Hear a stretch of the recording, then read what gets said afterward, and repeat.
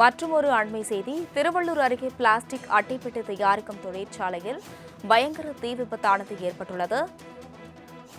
இதுகுறித்த கூடுதல் விவரங்களுடன் செய்தியாளர் விநாயகமூர்த்தி இணைப்பில் உள்ளார். விநாயகமூர்த்தி வணக்கம். திருவள்ளூரில் பிளாஸ்டிக் தொழிற்சாலையில் பயங்கர தீ விபத்து ஏற்பட்டுள்ளது. இதுகுறித்த கூடுதல் விவரங்களை வழங்கலாம். வணக்கம் அஸ்வினி. திருவள்ளூர் மாவட்டம் கடம்பத்தூர் ஒன்றியத்துக்கு உட்பட்ட பாப்பரம்பாக்கம் பகுதியில் பாப்ஸ் இந்தியா பிளாஸ்டிக் அட்டை தயாரிக்கும் தொழிற்சாலை இயங்கி வருகிறது. இந்த தொழிற்சாலையில் கார்கள் மற்றும் இயந்திரங்களை பாதுகாப்பாக கொண்டு செல்வதற்காக அட்டைப்பெட்டி அதற்காக வடிவமைத்து தயாரிக்கப்பட்டு வருகிறது. இந்த தொழிற்சாலையிலிருந்து ஸ்ரீபெரும்புதூர், கோவை ஆகிய பகுதிகளில் தொழிற்சாலைகளுக்கு அந்த அட்டைப்பெட்டிகள் தயாரித்து சப்ளை செய்து வருகின்றனர். இன்று விடுமுறை தினம் என்பதால் குடோனில் அடக்கி வைத்திருந்த பிளாஸ்டிக் அட்டைப்பெட்டிகள் பாதுகாப்பாக வைக்கப்பட்டிருந்தது. திடீரென மின்கசிவு காரணமாக இந்த தொழிற்சாலையில் அடக்கி வைக்கப்பட்டிருந்த பெட்டிகள் எரிய தொடங்கின.